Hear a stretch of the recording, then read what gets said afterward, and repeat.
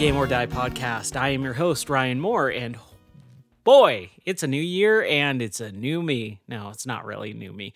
It's just me. And we are in the beginning of the new year, and everyone's all super excited. Everyone's super happy that 2020 is over. But honestly, everything's the exact same. I don't know why people place so big of a deal on a stupid number when you go, oh man, it's a new year. And it's like, that was 5 seconds ago. It was last year, and now it's the new year. I personally don't get it, but whatever. I'm here to talk about video games.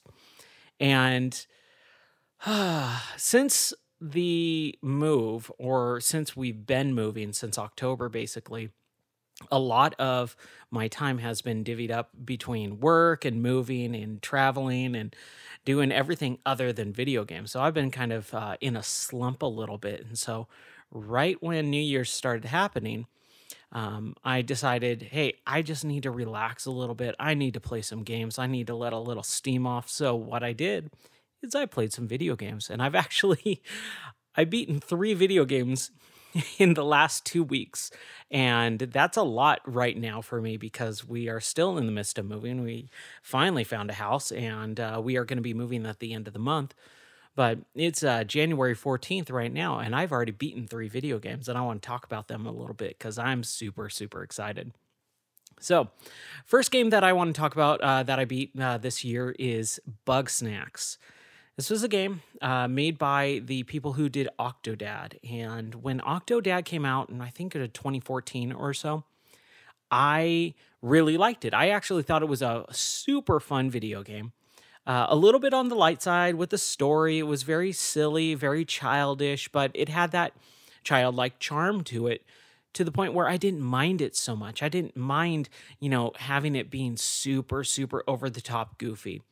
I always likened the game itself, the actual story, to, if you guys remember the Animaniacs, the original, back in the 90s, they had this half character called Chicken Boo, and he was literally a large chicken.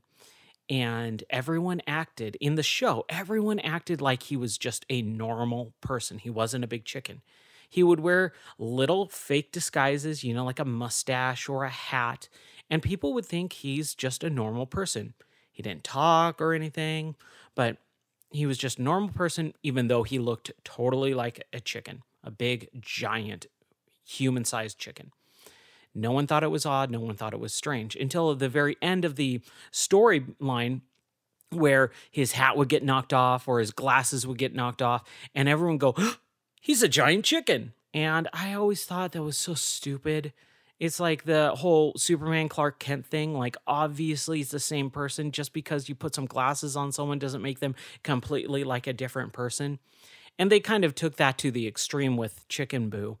But it was always one of those things that I just did not understand. So anyways, Octodad was that type of game where you're this giant octopus that puts on a suit and pants, and everyone thinks you're a normal person.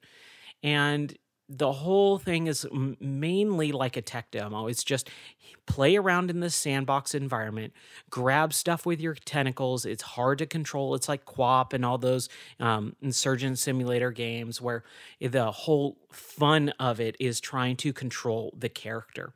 So I thought it was fun. I enjoyed it for what it was, but it wasn't anything spectacular.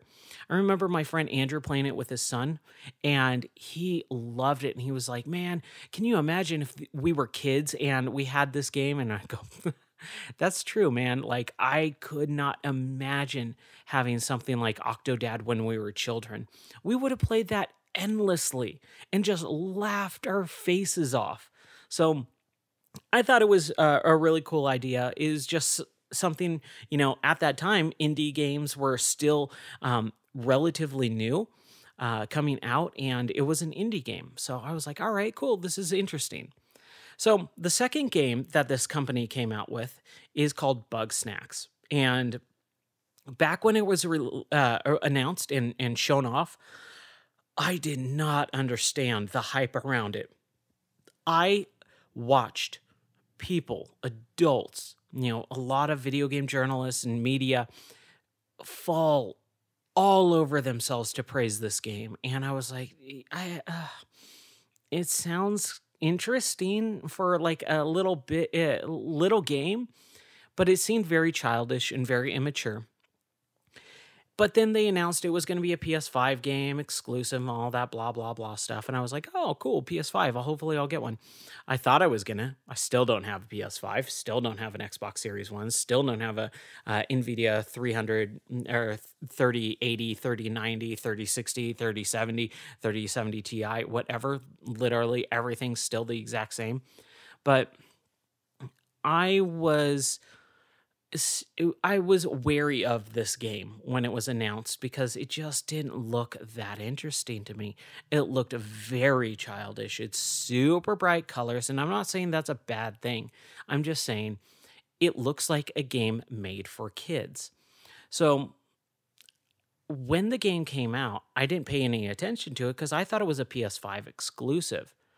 Lo and behold, it's actually not. It's also on the PC. It's exclusive to the Epic Game Store, but I said, you know what? I'll just kind of look at it when I get a PS5. But there was the Epic Game Store Christmas sale, and this is right after Christmas. I had a $10 off coupon, and the game was like 18 bucks, and I was just like, I could just not play anything, or I can actually play something. And for $8, this seems like an acceptable sale. So I bought Bugsnax, I installed it, I sat down, I started playing it, and I went, okay, this isn't too bad. This is interesting. Um, and what the game really is, it's kind of an amalgamation of a couple different types of games. You have a little bit of an exploring game, but you also have a collecting game, kind of like Pokemon. A lot of people called it, or they said it reminded them of Pokemon Snap. Well, I remember when Pokemon Snap came out. I was never a big Pokemon fan. I've never played a full-on Pokemon game, but I know of it. Obviously, a lot of my friends really loved Pokemon, so through osmosis, I did understand what Pokemon games are. My wife loves Pokemon too. But I was just in that age bracket where it was just a little bit too childish for me. And, I do recognize that I should have probably given it a chance back then because I probably would have enjoyed a part of it at least. But it's like Pokemon Snap in the way that you are walking around and collecting characters and you're kind of scanning them to see what they like and dislike, but it's more of a capture game. So it's more like Pokemon proper where you are trying to capture these animals. And Bugsnax is basically the whole big, gimmick around Bugsnax is these characters or these animals that you capture are half bug or half animal, half snack, half food. So you have a pineapple that is also a sand crab. You have um, a bug of some like an anteater that's also you know uh, a burger, and so they call it a bunger.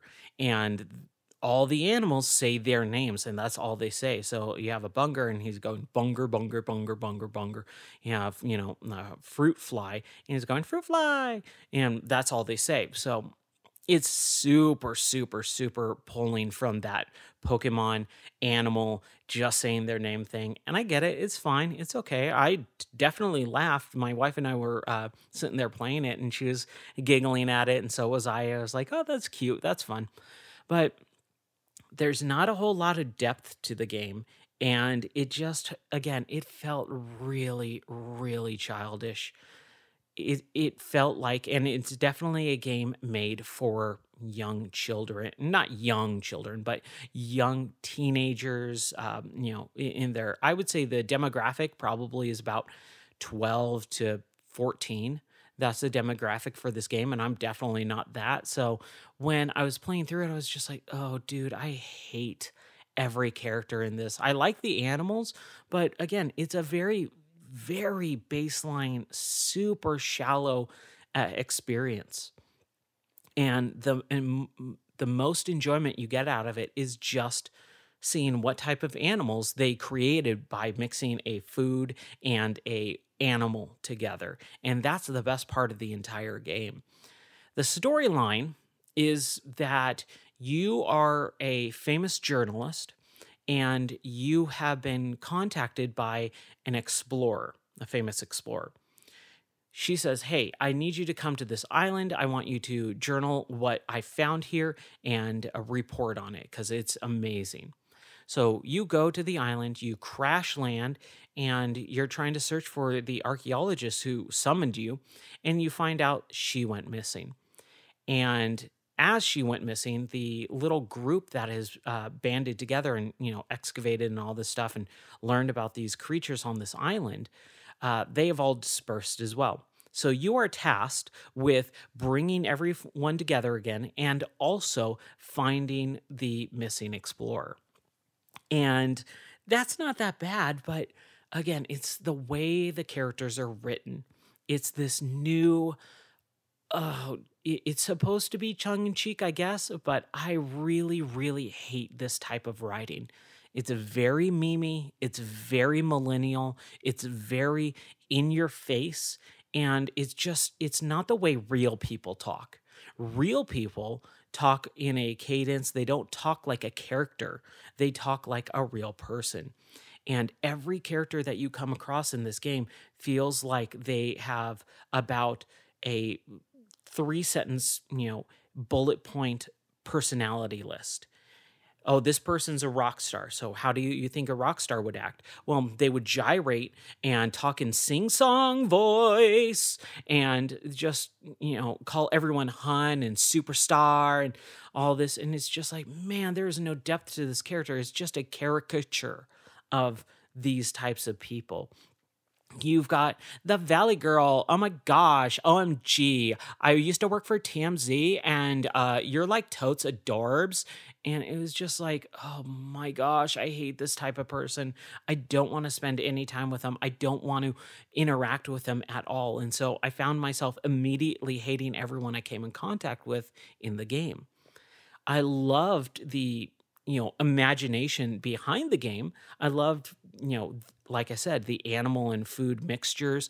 One of the biggest issues with capturing these bug snacks is that they have likes, they have dislikes, and you have to use that to your advantage and your knowledge of being able to capture these things. So you kind of have a little bit of a scanner, kind of like in Pokemon, I think, as far as I remember. I think you have a scanner. And so you basically scan these bug snacks and you find out their likes, their dislikes, and you use that knowledge to be able to capture them. But what really frustrated me is that the ways that I thought I would be able to capture these bug snacks is not the way that the game wanted me to. And it doesn't really have a lot of play in the actual design of how to capture these bug snacks.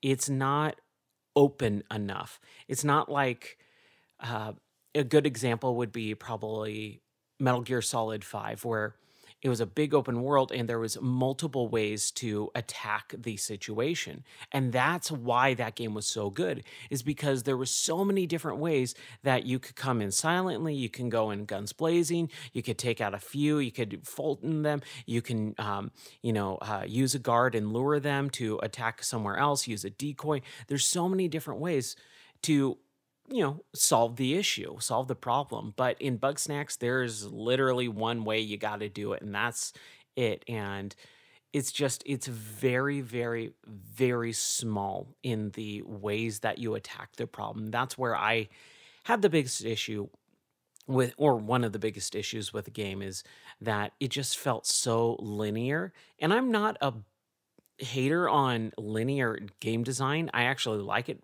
fairly a lot, because I want the designers to craft an experience for me to play. I love sandbox environments, but I don't always need that. I do like, especially in a game like this, where it's a narrative driven game, there's, a storyline that I have to go through. I want the designer to be actually the one telling me, you need to do this, you need to do that, you need to go through and do all the stuff, basically. So I preferred that, and I didn't get that in Bugsnax, and it was just kind of a bummer. The other issue, and this is a big one for me, is that they really shoehorned in the whole lesbian gay thing. Um, there's a couple characters that are, the main character, her name is Lisbert, and her companion, her girlfriend, uh, they hit you over the head by saying, "Hey, look, our characters are gay. Guess what? They're gay." That's the only driving factor of these characters is that they're gay. And I really hate that when it's shoehorned into a very childlike or kid-friendly version of stuff. That is not for kids. That is something that I disagree with a lot, and I'll take a stand on it. I'm mad that that was put in there, and as soon as I saw that, I went, "Oh, brother! Of course, personal gender politics and all that crap has to get shoehorned into a game, And it's what they hang their hat on. It's what they really try to push home over everything else is love conquers all and blah blah blah. It's like that's no, that is something that should not be in a children's game. It should not be for kids because guess who's talking about this game? Kids. Children are talking about this game, and we should not be, shoving that crap into children's games. So that really pissed me off, and it was something that I completely disagree with in the fact that it does not need to be in there. It does not make the game better. It only makes it worse. And it's because there, again, so many things are being politics, personal, gender, whatever types of politics are being shoved into these places where they don't belong. And it ruined the experience for me. As soon as I saw that, I went, oh gosh. And I kind of hated playing through most of the game after that because they shove it in and they just make that one defining character trait as the defining character trait for the characters who are gay or lesbian or whatever. And it's like, man, that did not need to be in there. It did not make the game any better by shoving that crap in there. So that's all I'll talk about with that. Moving on to more of the game. Like I said, I wanted to like the game and I went in with a positive attitude, but I came out of it with a very, very disappointing feeling like, man, even though it was like $8, I wasted that $8. That game was not worth playing. It's like, oh great, this is the start of my year. Is this terrible, crappy game? And it's just disappointing because I think there is a lot better things that could have been done with that game. So another game that I played was a game called ManEater, and this came out around the mid early portion of last year. And I remember seeing the trailer for E3 like 2 years ago at this point, I guess. But they came out with this game trailer and Maneater, it was this shark game, and it was like, ooh, a shark game. That doesn't happen all that often. We've gotten a couple shark games, but nothing too spectacular. The last real shark game that I can think of would be Jaws Unleashed on the original Xbox. Like that was a long time ago. So Maneater is about a shark, and you are the shark. And there is a whole fake reality TV show that is going on in the game. And I think it's called Shark Hunters versus Maneaters or something like that. I can't remember. It's been about 2 weeks since I played the game. But basically, this reality TV show is following this hunter called Scaly Pete. And Scaly Pete is this thick, big, thick Cajun accent character on this reality TV show. And he talks like what you imagine Gambit talks like. He's just got this thick Cajun accent. So he would be probably in real life, if this was a real reality TV show, he'd probably be a breakout character who, actually became a celebrity of some sort. But it follows this character, Scaly Pete, and he pulls up, and this is all the very beginning of the actual game itself, pulls up the shark, catches it, and the shark is pregnant. He cuts open the belly. He pulls out the pup shark and marks it with a big old scar. on its face saying, hey, I'm marking this, I'm going to free it back into the wild, and I'm going to, uh, trail it for years or whatever. But the shark gets super pissed off, and so it bites off his hand, and you are that baby shark. So the game kind of evolves around following you, the shark, throughout the shark's life. And I thought that was really cool, but unfortunately, it doesn't do a good job of marking the years and time progression. You just kind of play the game, and as you level up, you get these upgradable characteristics throughout the game. You kind of have a menu or sub menu of upgrading your abilities, upgrading the way that you look, and all this. So, light RPG elements, I guess, or whatever people like to call that crap. But basically, what you get is a lot of progression in a very short amount of time, and it's never really explained what time frame you're in. You have kind of an open world to swim around in. It's great. It's actually huge. But they gate it off in the way that you're only able to access areas as you progress, and you get upgrades to your shark. And as you age up, you go from baby to teen to adult to elder shark. And as you progress through your lifespan, you can break through barriers, and those barriers are basically all around the world. So at the very beginning of the game, you basically get placed into a swamp, and that swamp is where you start off and you gain XP by eating animals, fish, barracudas, alligators. And as you gain XP, you start to age out of that stuff. And that's where it felt like they could have gone a little bit deeper and explained a little bit more, because this really is a game where they just kind of throw you in. I was going to say throw you into the deep end, but they throw you into the game. They give you a little bit of explanation, and then that's it. And it's up to you to make your own fun, to find the objectives, figure out what those objectives are and do them, and progress through the game. And I like that because there's not a lot of hand holding. I just wish that they could have gone a little bit deeper on the actual aspect of saying, hey, this is where you need to go. Don't worry about this because you're not going to be able to unlock that until later on. And I really wish that they didn't do that part, because in the very beginning, in the swamp, the first part that you can explore, there are gates saying you have to be an adult shark or a teen shark or an elder shark to be able to get to this stuff. And they've got the whole, icon vomit stuff on the map, which I didn't think it was that big of a deal. And this is why I like this game, is because I love collectibles in games. As long as there's not too many and they make sense in the game and they're fun. Every time there was a collectible, I enjoyed trying to get it. There's a couple different ones. There's license plates, like battered up old license plate that are spinning and glowing and floating in midair or underwater. There's location collectibles where you go to a specific location. They're kind of memey in a little bit of a sense, and I'll get to that in a second.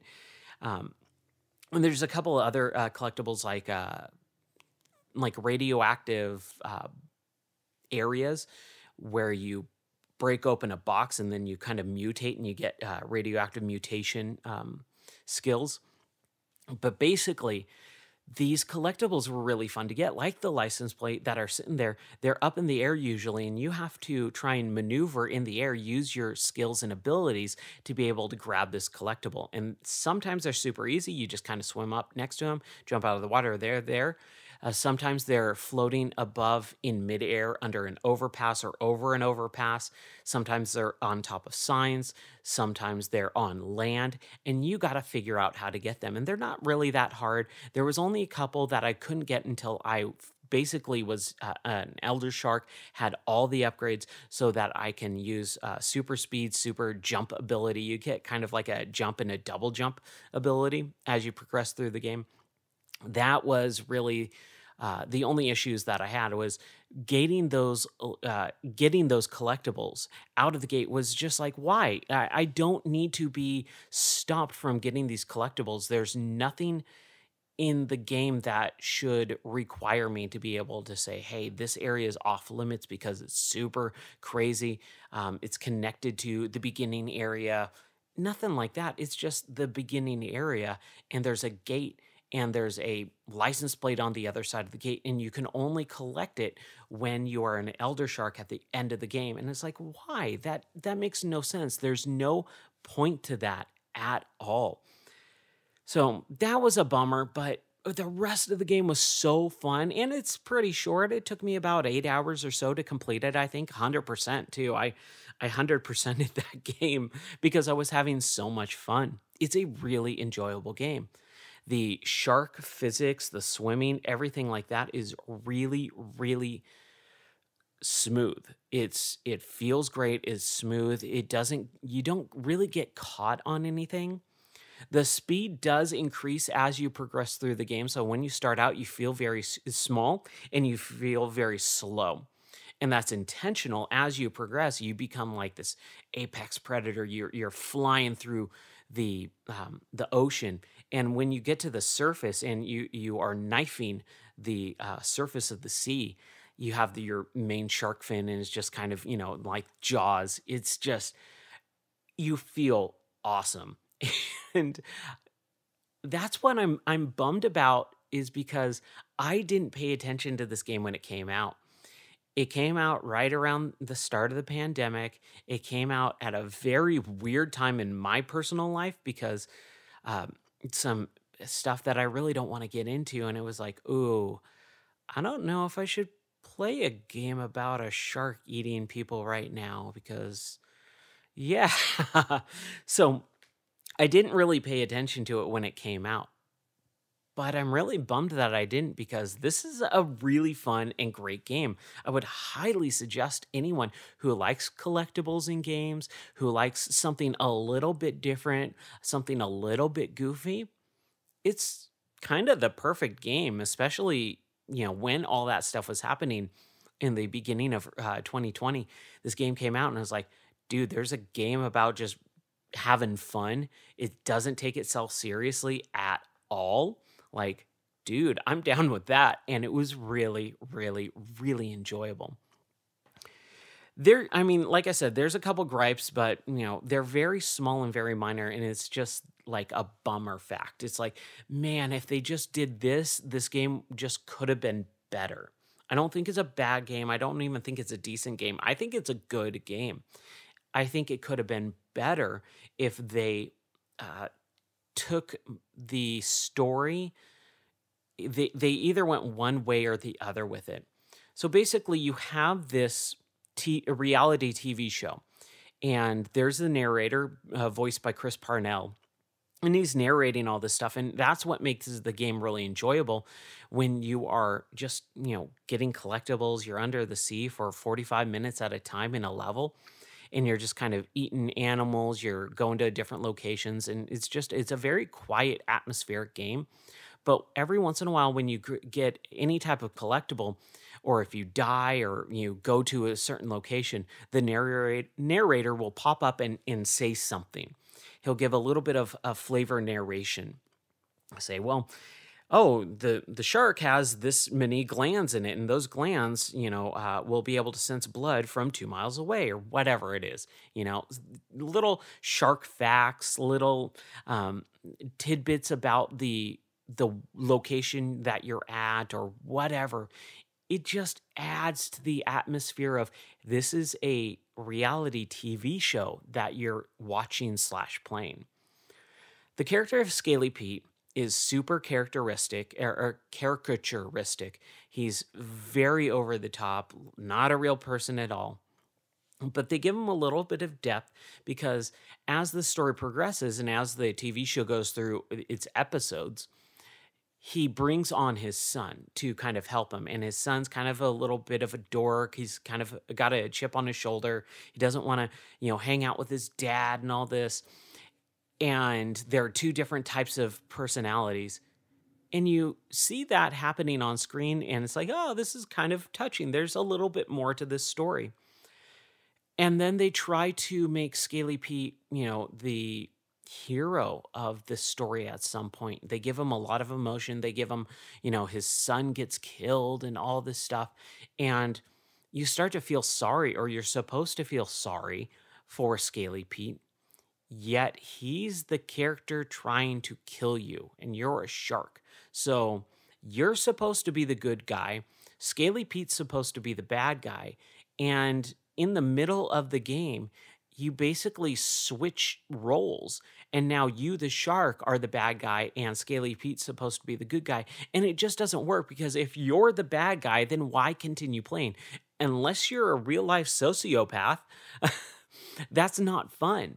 So I kind of got a little bit weird about that in the middle of the story. I was just like, who am I supposed to root for here? Who am I supposed to be excited to play as? Because if I'm supposed to be the shark, and you're telling me everything that I'm doing is hurting people and making everyone's life miserable, I don't want to do that anymore. I want to stop, because that's what a normal person would feel.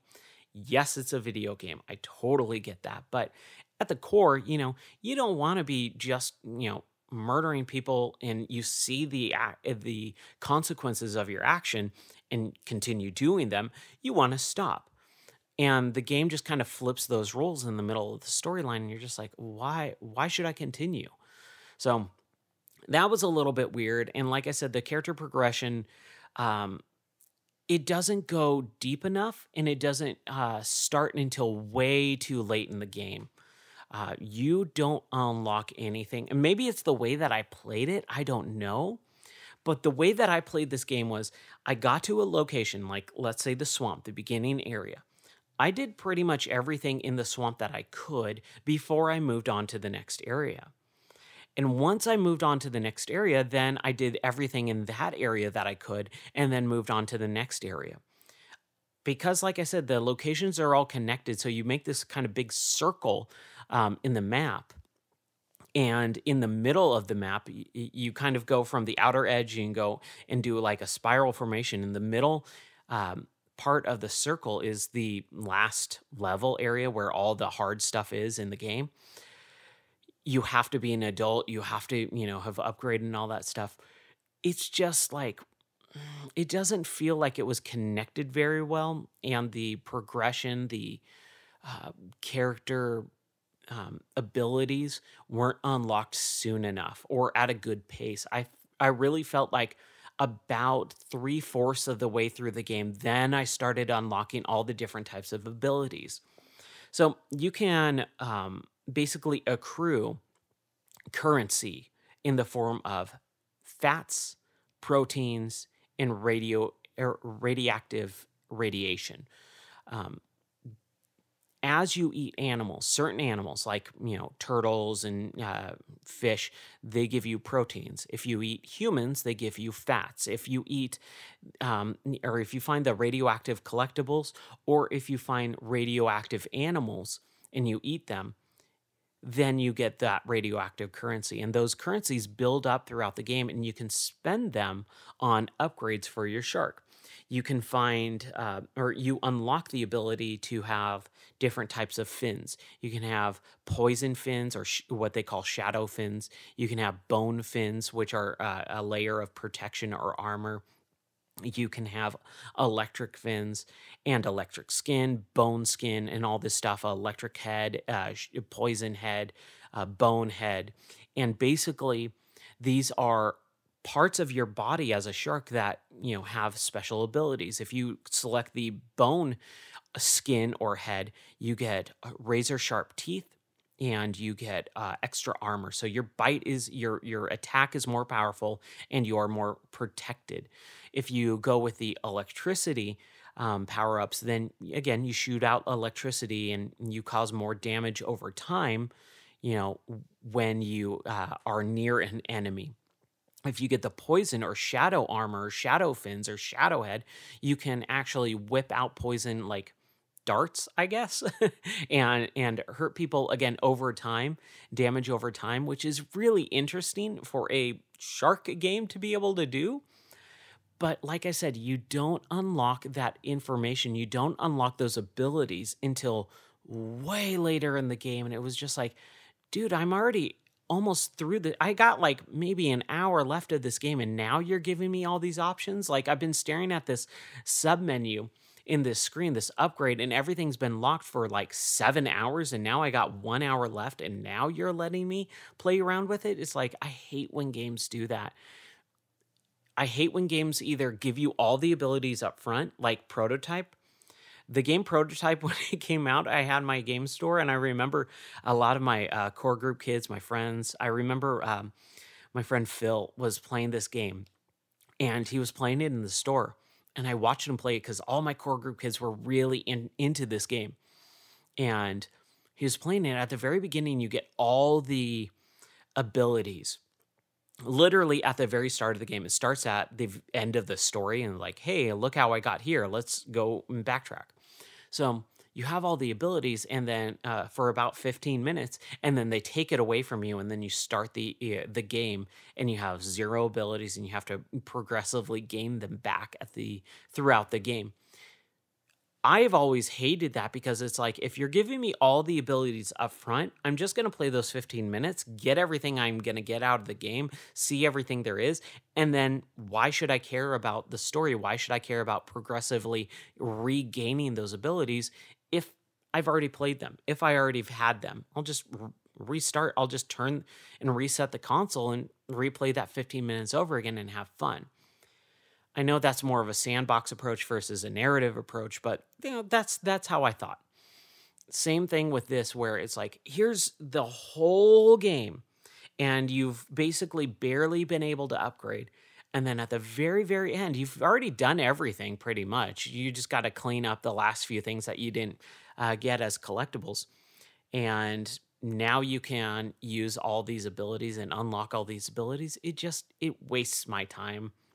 And it was a little bit of a bummer. So, like I said, I think ManEater is a good to great game. I think it could have been elevated. It could have been a lot better if they just took the time to nail down some of the narrative aspects. Is Scaly Pete the good guy, or is he the bad guy? If he's the bad guy, make him the bad guy all the way through. Don't make me feel sympathy for the bad guy because he's the bad guy. I should not have sympathy for him. I should want to kill him as much as possible. And man, I died maybe about 3 or 4 times throughout the entire game until I got to Scaly Pete, and he's the, final boss character. And I was just like, oh, I don't like this. I did not like the final boss. I don't like bosses in general in games, just for the fact that they expect you to completely play a different way. You've been playing through the entire game a certain way, and then they say, all right, we're going to confine you. We're going to take away your ability to do this, this, this, and this, and you're going to have to, think on your feet and learn how to play the game a different way within the span of about 2 to 3 minutes. And there's time constraints. There's people, crowding you around. You're taking damage or pretty much the entire time. It doesn't flow with the game. Like I said, games need to have a continual flow throughout the entire game. And if it doesn't do that, if it changes it up on you at the last split second, it's like, ugh, why? Like, no, I've been playing this game for 7.5 hours, and the last 5 minutes of the game, you're telling me I need to change the way I think, change the way I play, change my strategies throughout the entire game just for this one boss fight at the very, very, very end? Like, ugh. So I died probably about 5 or 6 times on Scaly Pete, and then beat the game, and then I only had like maybe 15 minutes of collectibles to grab. Like I said, the very last few collectibles that I couldn't get throughout the rest of the game. So I did that at the very end. I got 100% completion throughout the game, and I loved it. Little bummer parts, but Every game is like that. Every single game has a, this is really good, this is really bad, this is super fun, I don't like this, this could have been better. So I had a lot of fun with Man-Eater. I suggest everyone check it out if you are interested in that type of game where it's a little bit different. You don't see games like this pop up all the time. Even in today's age where we have indie games being developed for pretty much every type of personality, everyone has a game basically made for them at some point. And it's like, wow, this really is fun and different and goofy. It doesn't take itself too seriously, but it is serious enough where you're like caring about your character, understanding what's going on with the story, and again, just a little bit of a collectathon, but you don't have to do that. You don't have to engage with it if you don't want to, but I love that stuff. Same thing with Assassin's Creed or any other game. If the collectibles are fun and enjoyable to get, I'll do it until I stop having fun. I very rarely ever strive for 100% completion unless the collectibles are really, really, really fun all the way through. And if I've gone through the entire game, I've gotten over 90% of the collectibles throughout the game, and I just have, the few ones I'll probably go back like I did with Man-Eater and get the rest of them. So that's the second game that I played through in the last 2 weeks. The next game is Burnout Paradise Remastered. For whatever reason, I have been wanting to play Burnout Paradise ever since it came out, and I never finished it. And the reason why I never finished it on the 360 back in 2008 is because I did not like it. And spoiler alert, I still don't. I don't think Burnout Paradise is a very good game. There's a few reasons for it. Obviously, a lot of the reason why it got backlash is because they took out the crash mode. This was the 5th game in the series of Burnout. And I'm not counting Burnout Dominator or the PSP Legends game or anything like that. I'm talking about Burnout 1, Burnout 2, Burnout 3, Burnout Revenge, and then Burnout Paradise. Burnout 2 was the first game that had crash mode in it. Burnout 3 took it and refined it, and then Burnout 4 basically did the same thing. So I understand why, at this point, they took it out, because they didn't want to just keep doing the same thing. The big issue for me with why I still don't like Burnout Paradise is because it's not a Burnout game. It's a weird open world racing game that doesn't really do what Burnout did well. It's a Burnout game only in name. You have the speed boost or the burnout. If you hold the speed boost throughout the entire boost and you continue boosting and continue getting boost, that's a burnout. So that's where that name originates from in the game. But what makes a burnout game? A burnout game is basically a racing game where you have a bunch of different races, but also within racing a car on a street with other racers, you also can crash into things, drive dangerously, get boosts, and do a bunch of different styles of racing. You've got the normal race. You've got the burning route, which is like their version of time trials. You've got a one-on-one race. You've got crash mode, and you've got road rage. And road rage is in Burnout Paradise, but they just don't feel correct. And the reason why they don't feel correct is because of the open world. The open world nature takes away the menu system, and the menu system is the easiest way to play through the game. Instead, what the developers, Criterion, wanted to do is create the open world, and that would have been great. But at the time, when the game originally first came out, launch day, it freaking sucked trying to play that game. If you wanted to just drive around a pretty empty city, this was the game for you. But if you wanted to play through the game, you wanted to do all the races, you wanted to do all the time trials, you wanted to do all the road rages, you wanted to do all the one-on-one races, you wanted to unlock all the different cars, you wanted to play crash mode, this was not it. because what you do is you get dropped into this open world sandbox, this map that's honestly pretty small. Even because it's small because you are going so fast that you can get from one area to the other in about 5 to 7 minutes, somewhere around there, from top left corner to bottom right corner. And what this game does is says, all right, go find all the stuff, go find all the races. And so you drive around in your car, the single car that you get at the very beginning of the game, and you got to go find stuff. When you are driving around, you're going really, really fast, and you can't really pay attention to where you're supposed to be going to find all this stuff, because basically every intersection is a race of some kind, whether it's a normal race, a burning route, a road rage, an eliminator series, or whatever.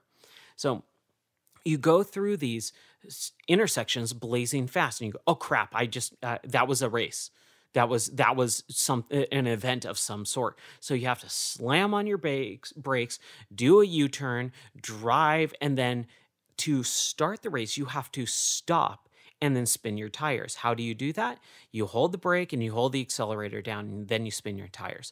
So you literally have to stop the momentum of your car completely after you've already done that, because you already passed it, because you were going about 150 miles through the intersection, because you're just trying to find stuff, and that's how you drive in racing games and in car games, is you go fast. So you whip around, you stop, and then you spin your tires just to start a race. Well, here's the issue with that too, is some races are only for specific sets of cars. You have to unlock the cars by doing the races, and then crash it, and then basically that car will get dropped into the open world. You got to run around and find it, and once you find it, you've got to crash it to unlock it in your junkyard. There's only one junkyard as far as I found, and I beat the damn game. So there's only one junkyard. You have to unlock the car. You've got to find it in the real world. You got to crash it, and then you got to drive all the way to the junkyard just to unlock and get access to that car. So you get access to that car. You drive back to the spot that you were at, where you had to unlock the same car, and you have to be driving that car to unlock that race and race that race. So you unlock the race, and then you finally start. All right, good so far. Not really, but So you start the race, and it says drive from this area in the map to this area in the map. And it's the same select few spots, the same like 5 spots on the map every single time for about 400 races.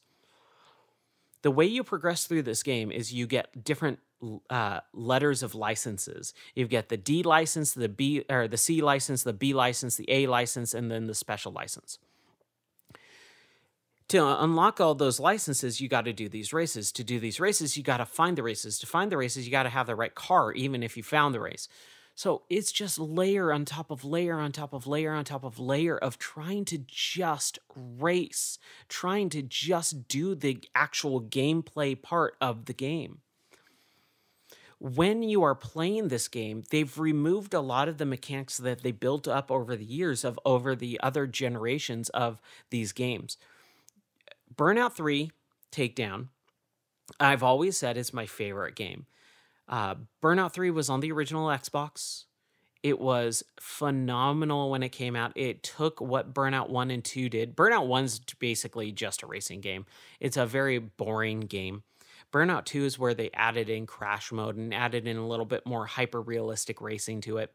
Burnout 3 is where they cracked it wide open and said, this game is supposed to be fun. It's supposed to be fast. It's supposed to be balls to the wall. It's supposed to be crazy and insane. One of my favorite reasons why I love Burnout 3 so much is because of the commercial that came out at the time.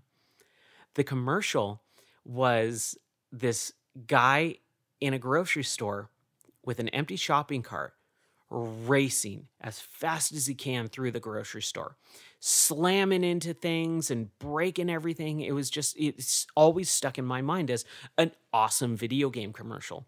There's been lot of good video game commercials. This is one of them.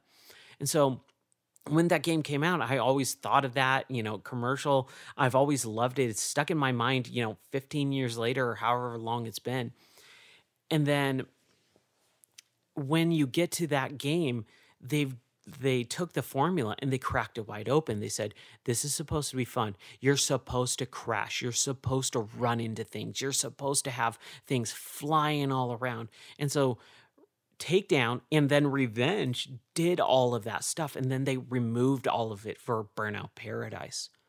When you are racing, there in Burnout 3 and Revenge, there was what is called traffic checking. Traffic checking is where you are driving super fast, faster than traffic. And if you run into the back end, if you rear end a vehicle, instead of it causing a wreck, you basically push the vehicle out of the way. It goes flying up in the air, and you can use it as a tactic to take down other enemies. You can shunt, you can sideswipe a vehicle that is next to you and basically sandwich that vehicle into an opponent that's on the other side of the vehicle.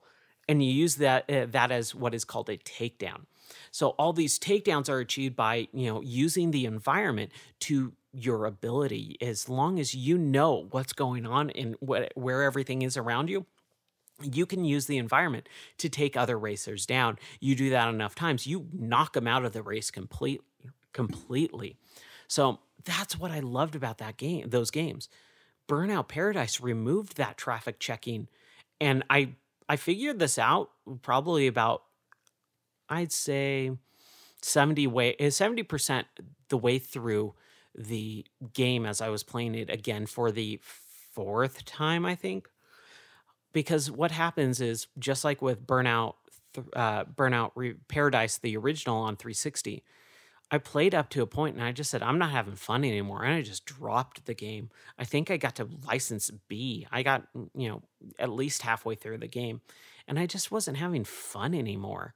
From what I remember, like I said, it was 2008. That was over, 11 or 12 years ago at this point. So I just wasn't having fun anymore. And I dropped it. And then I picked it up on PC years later, and I said, I'm going to play this again in like 2014, I think. And then a couple years ago, they came out with a remastered version, and I picked it up again, and I started playing through it. And I wasn't having fun, so I dropped it. And then I picked it up again because I was like, man, I don't know why Steam is shoving this in my face or whatever, but I'm in the mood for a card game, so I'll play it. And I played through it, and I just was like, man, this game, I'm having a little bit of fun, but not that much fun. And I finally figured out why all the times that I played through this game, I could never really figure out what was missing. Traffic checking is missing. The fun of the game is missing. When you get into like the events like Road Rage, it is super fun. But when you get into races, when you get into Dominators or Eliminator races and things like that, anytime you do something that you were able to do in the other games and it causes you to wreck, you start having a bad time with it. And that's what happened. That's why Burnout Paradise is a bad game.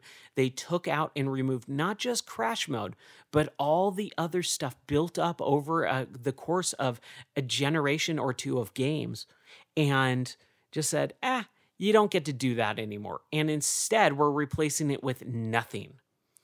Instead, we're making it a penalty to do the things you used to be able to do, to have fun with the game. And that's where I stopped having fun, is because it became a chore to play the game. It became a new way to learn to play the game in a less fun manner. And that's why Burnout Paradise is a bad game. It's still a better racing game than most, but not by that much. The road rages and everything like that, all the fun stuff of that game is still there. It's just not as fun as the other games. And then people go, well, crash mode's technically still in there. And it's like, not really. You can crash your car, and that's about it. So I didn't even know this until I think maybe about 2 months after the game even came out originally. I was so pissed off and so bummed, and a lot of people go, "How did you not know that?" Because the game was updated over the course of a year, and they had a lot of extra stuff that they kept putting in as DLC, like free DLC and updates to the game, like motorcycles, different car packs, like the movie car packs and stuff like that, a day and night cycle, Big Surf Island, which was a big new surf area.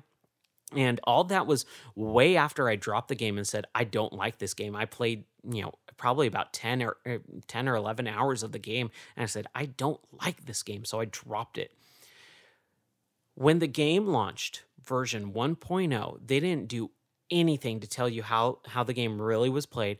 And there was no such thing as crash mode. And also there was no such thing as going and starting a race over. And that was my big talking point. It was back in 2008.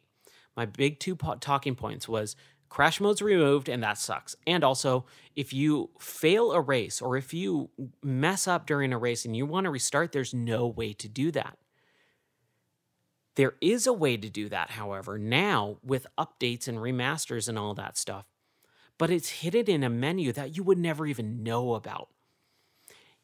If you hit start on the game, even now, it just brings up the map or brings up options.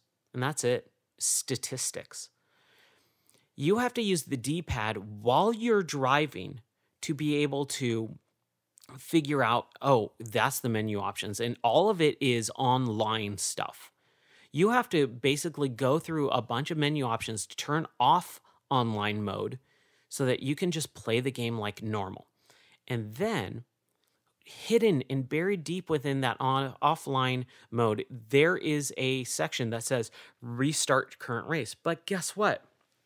To restart the current race, you have to stop your car.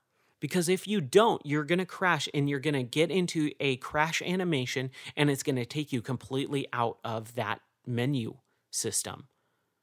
So, an example. Tony Hawk's Pro Skater. Tony Hawk's Pro Skater was one of those menu systems that, kind of drilled into everyone's brain to restart games and restart it. Like if you mess up, you want to restart right away. And the best way to do that is start down X, or A or whatever. And that will go, you hit the start button, that brings up the pause menu. Hit down because it will, the first thing should be restart race. So you hit down to go select restart race, you hit X to restart, and then you restart it. Bam. Super simple, super easy, been drilled in since 1999. And they removed that option completely. So now you have to take your thumbs off the controller, off the steering wheel of the car, hit the D-pad to the right, because if you hit up or down or left, it doesn't do anything or it changes, stuff. But it doesn't bring up the options for the race that you're in. Then you have to go down, and then you have to hit right again, and then you have to hit down, and then you have to hit A. Because the submenu basically says, all right, here's the submenu. You hit right on the D-pad, bam, you have a submenu. Then you have to go down to select restart current race. So you hit X and then or right to advance into that submenu, and the first thing that's highlighted is cancel, because you don't want to technically restart the race all the time, even though you selected restart race from the beginning. So cancel is the first thing that's highlighted, and now you have to select and hit down to select restart race, and then you hit A. But guess what? Those menus, because they're on top of gameplay, they're not pausing anything, they're a little bit laggy.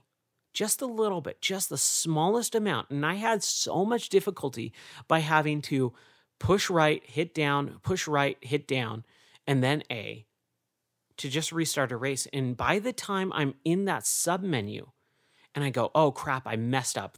I'm about a minute in and I go, you know what? I'm falling really behind. I'm going to take my thumb off and hit the right D-pad. And then I'm going to hit down and then I'm going to hit right. And by that time, before I even highlight restart race and select it, I've hit a car. And when you hit a car in this game, not like you don't go into that traffic check animation, you actually go into the crashing animation. It goes into slow-mo. It takes about 10 seconds. It looks super cool, but it's frustrating when every single time you just want to restart the race, you have to be cautious of where you are in the world. Are you close to a building? Are you going to crash? Are you not going to crash? Are you close to a car? Is that car in your way or not? Are you still having a lot of forward momentum? You should put the brakes on. It's so tedious. And that's what really bothers me about that game. That's what it bothered me about, when I originally played it. And like I said, as far as I understand it, day one, launch day, that menu system was not in the game. I could be wrong. And if I'm wrong, hey, I'm wrong. But the game doesn't tell you anything about it. It literally drops you in and says, good luck, figure it out on your own. But before we're going to go through a whole 7-minute long introduction tutorial about what Burnout is and, all this stuff that's unskippable cutscenes about how to drive a car. But we're not going to talk about any menu systems. We're not going to talk about collectibles. We're not going to talk about this or that. And it's just like, wow, who designed this? Why did they design it that way? It's such a deviation from everything fun about Burnout. So I played through the game and I was severely disappointed that it did not get better. It just was more tedious. There's stunt mode races in this game that say, all right, you need to do crazy jumps and spins in your car and you'll get points, and if you hit X amount of points, you'll win the event. But you're in a car and you're going fast and everything you do basically crashes. So where's the fun in that? It's really hard to do a 360 in the midair of a car, even if the car is classified as a stunt car.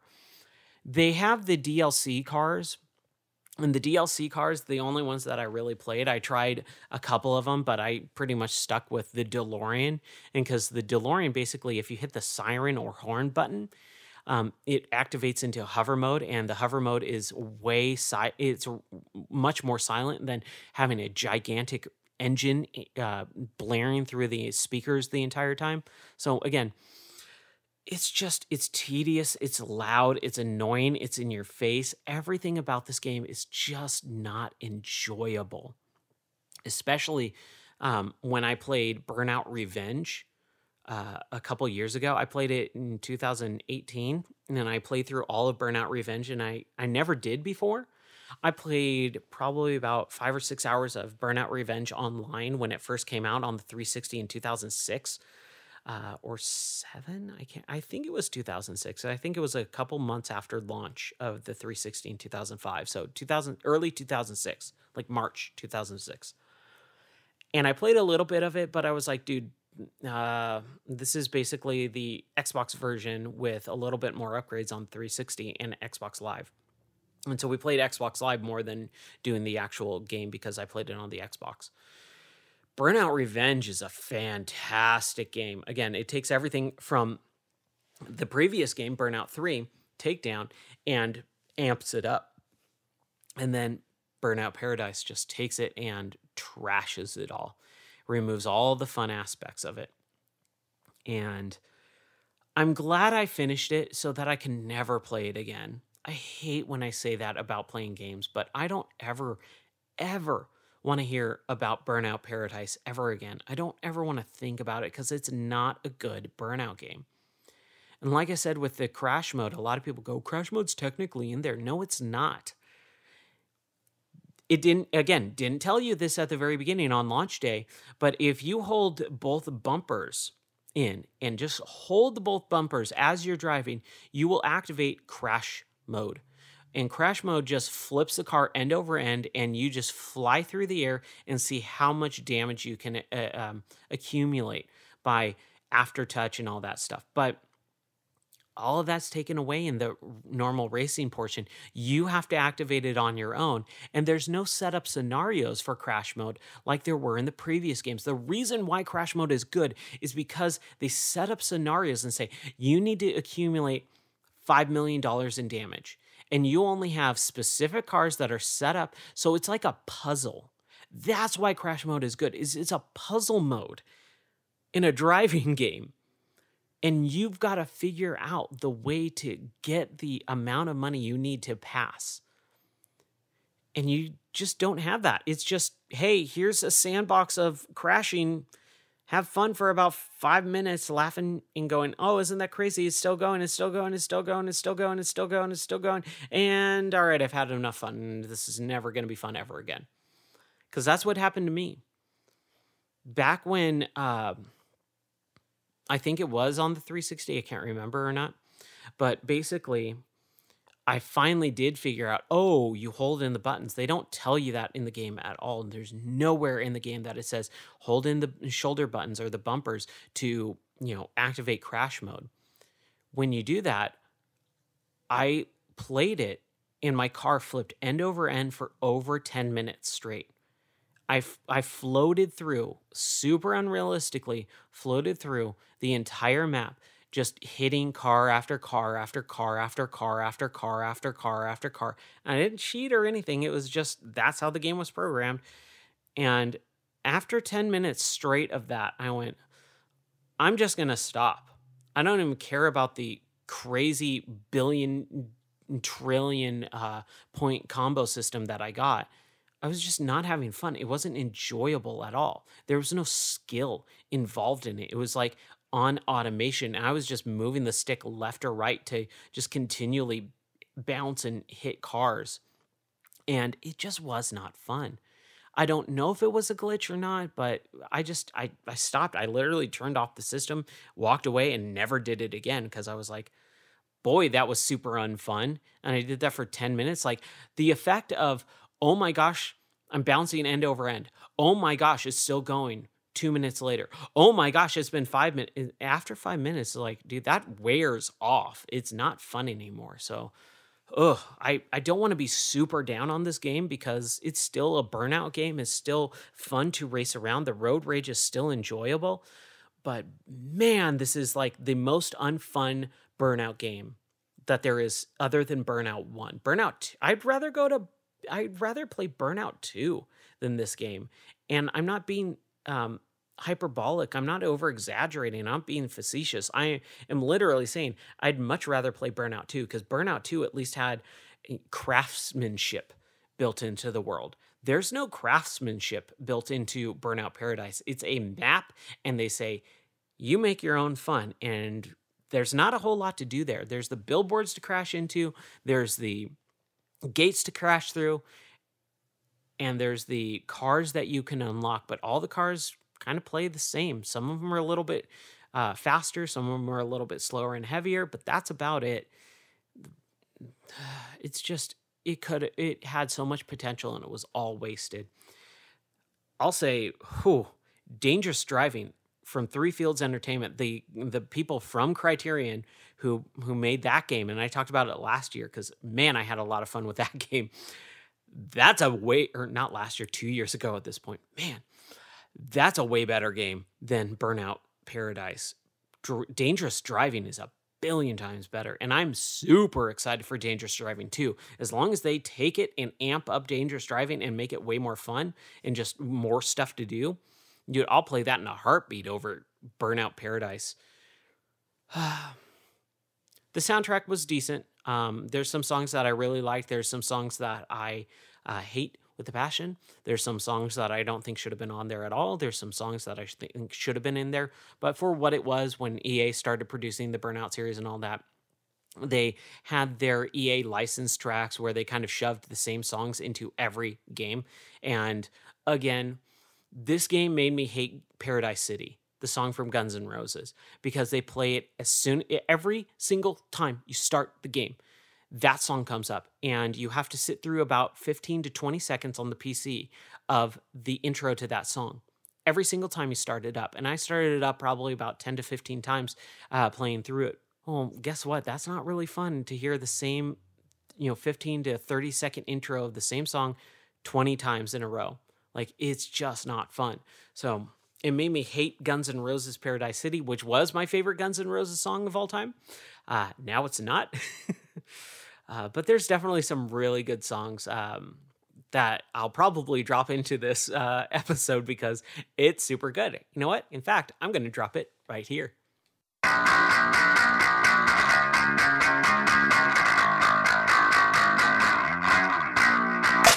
Water was running, children were running, you were running out of time. Under the mountain, a golden fountain, were you praying at the glory shrine? All your cities lying down. All your cities lying down. Yeah!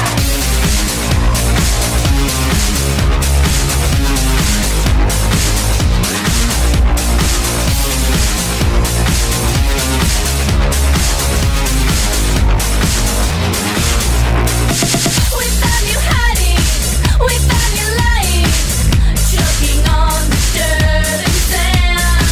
Your former glories and the stories, dragon watch either hand. All your cities lying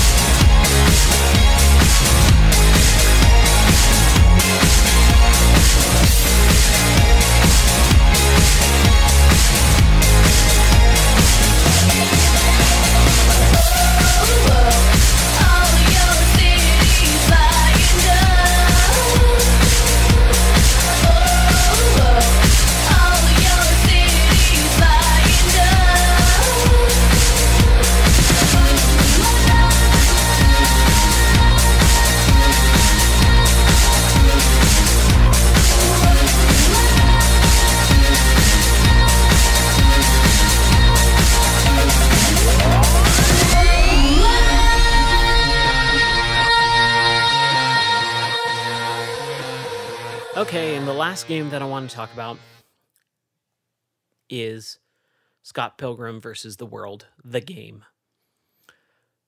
I've always loved this game. I don't care what anyone says. I'm really happy that it got released yesterday on all the new platforms and on PC for the first time.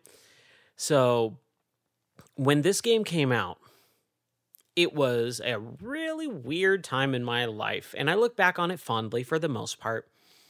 Scott Pilgrim versus the World, the book series or the comic series or the manga series or whatever you want to call it, uh, I did not know existed until the movie was coming out. When the movie came out, it was like, oh, there's this comic series called Scott Pilgrim versus the World. I'm going to go read those. And I read them.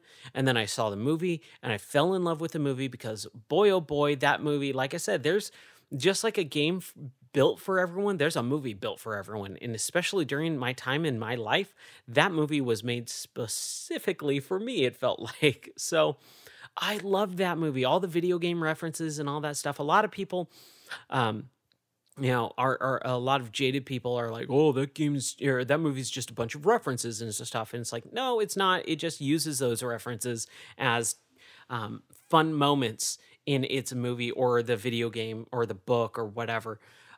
Same thing with like things like Ready Player One. A lot of people love to dump on that stuff just because it's like, hey, it's just references. It's not really. If you look on the shallow surface, it might seem like that, but there's a story, there's characters, there's motivations, there's a lot of interesting stuff just under the surface of, hey, video game reference, pop culture, 80s reference. It's like, that's not it. The game itself that just came out yesterday is the exact same game that came out in 2010. The only difference is it has everything combined, all the DLC that came out, I think like 6 months later or a year later or 2 years later, whenever. There was 2 DLC packs, a new character, there are 2 new characters and a couple different online options. There was a multiplayer online mode because it was only couch co-op at the time. It was like the start of the revival of couch co-op.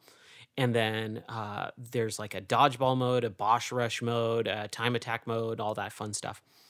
But the main core of the game, everything is still there in this new package. It's just on modern consoles and PC. And guess where I bought it? PC. So I can have it for all time. A couple years ago, I remember going, man, I really want to play Scott Pilgrim versus the World. I thought it was a really fun brawler, but it was delisted from the PlayStation Store and Xbox Live, so you could not buy it even if you wanted to. The only way you could play that game is if you had it already on your account on one of those systems, and you can only play it on that system. So it was digital only, and it was delisted. So if you didn't already purchase it years ago, back in 2010 or 2013, anywhere within that time frame, you couldn't play it in 2018. There's literally no way to play it except for emulators. So there's a PS3 emulator, and if you set it up, you can play Scott Pilgrim on your PC. And man, I did that, and it was fun, and I played a little bit of it, but I never really replayed through the game. And the reason why is because I just didn't know. I didn't have that mindset. I wanted to play it with my wife. My wife's not really a big Scott Pilgrim fan, so I just kind of, let the dream die. Then on my birthday, basically, they announced that Scott Pilgrim was going to be coming back out, put it back on the store shelves. It was going to have a physical release. It was going to have a digital release on all the new consoles and on PC. So I said, all right, cool. I'll play it when it comes out. So yesterday it came out, I bought it, and it's the same exact game. Nothing more, nothing less than literally the game with the same DLC that was added, all packed into one package, and that's the game. I'll just talk about the game itself for just a moment here. So when I originally played it, I loved this game, but I had a really hard time because I only played it by myself. I never played it couch co-op, partially because of the time frame that it came out. I had my storage. It wasn't playing a lot of multiplayer games. Still don't play a lot of multiplayer games unless my wife's really into something.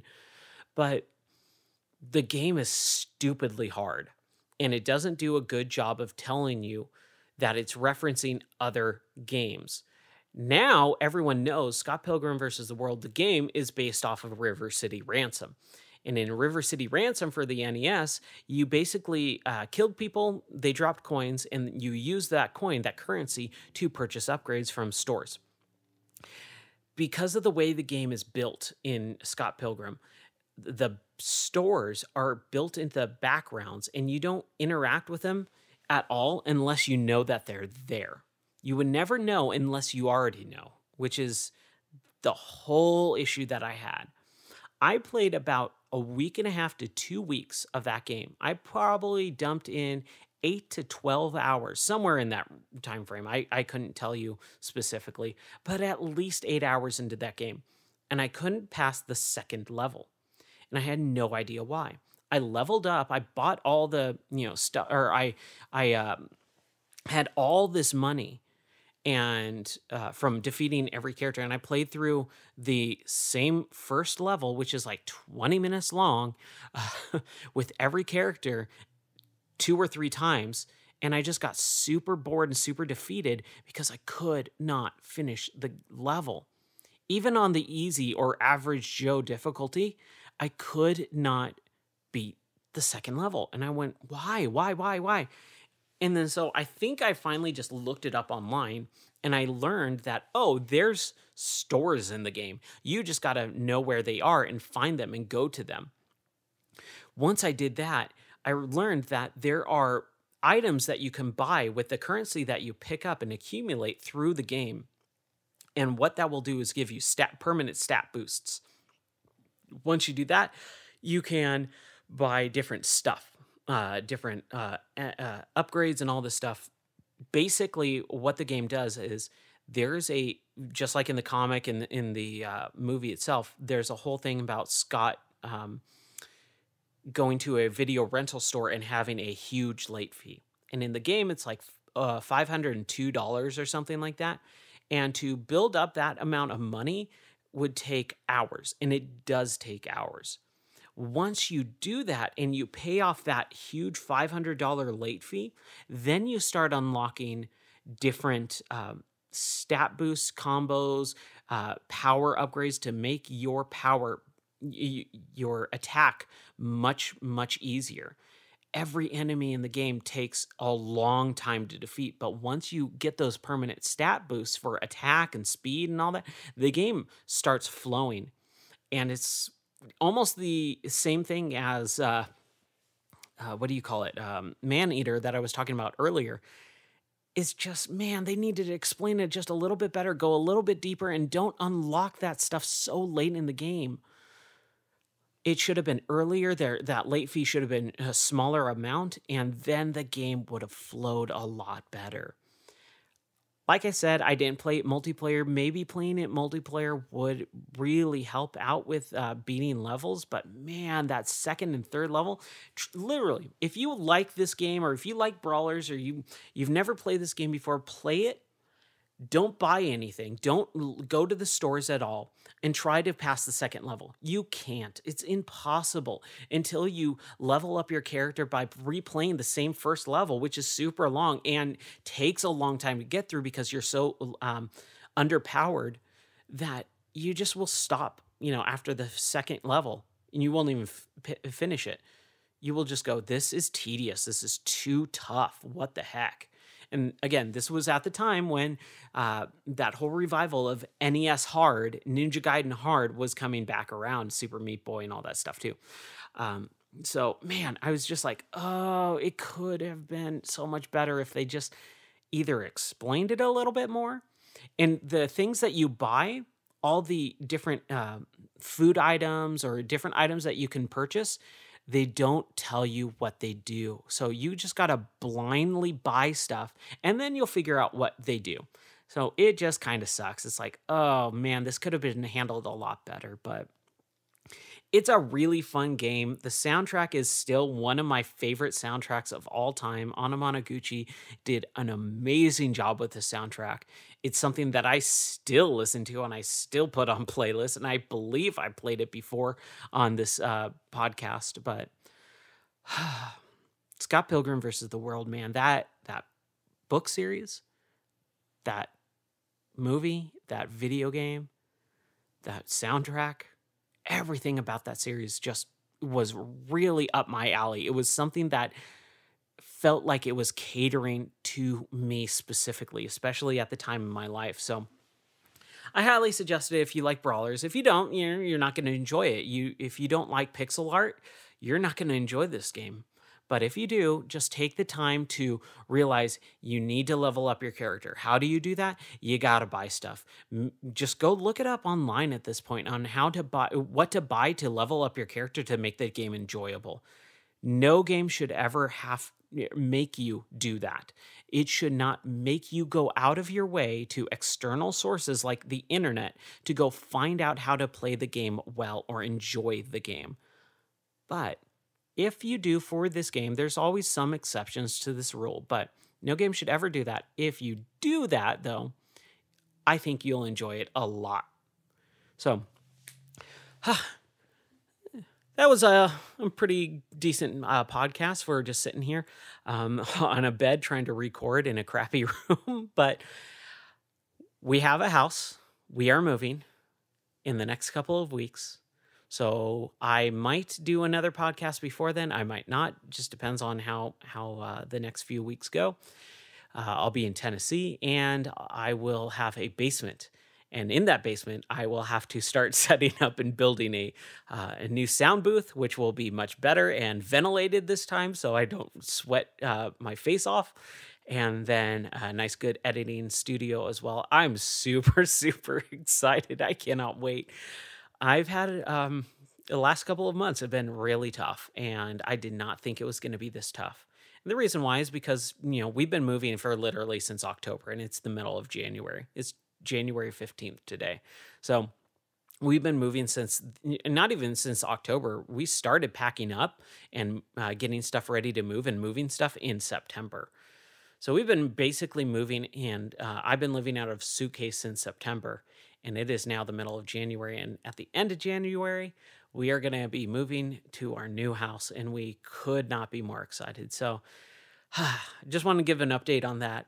If I don't record for a while, that's the reason why, is because we're moving, and my job as a soldering instructor and husband and all that stuff is more important than to me than recording a podcast. But I still value this too. This is fun. This is my hobby. I enjoy this, and this is purely for enjoyment purposes and fun. And if you listen to this, if you subscribe at all to anything, any podcast that I do, thank you very much. I really appreciate it. I hope to get some sort of, forum, Discord, something up and running, just so that I can, maybe take some comments about hearing, hey, we would like you to do this. If that's even something that is happening, I don't know if that's something that any one of you guys are listening to want, but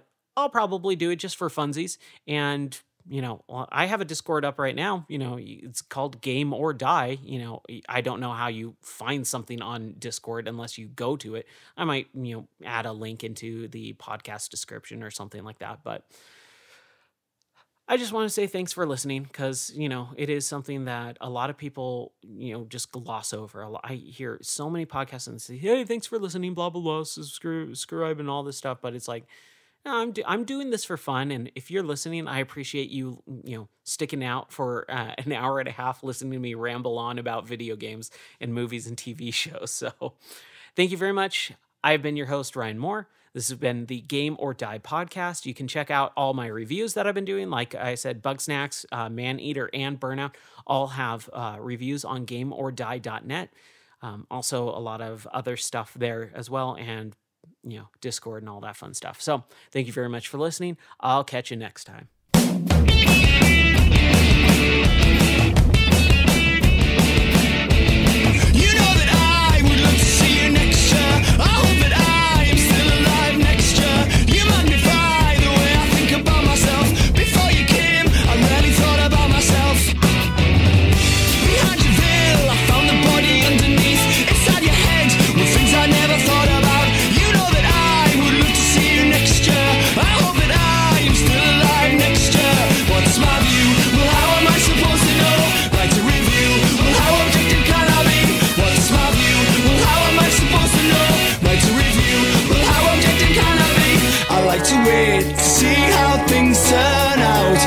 Apply some pressure. I like to wait and see how things turn out. If you apply some pressure.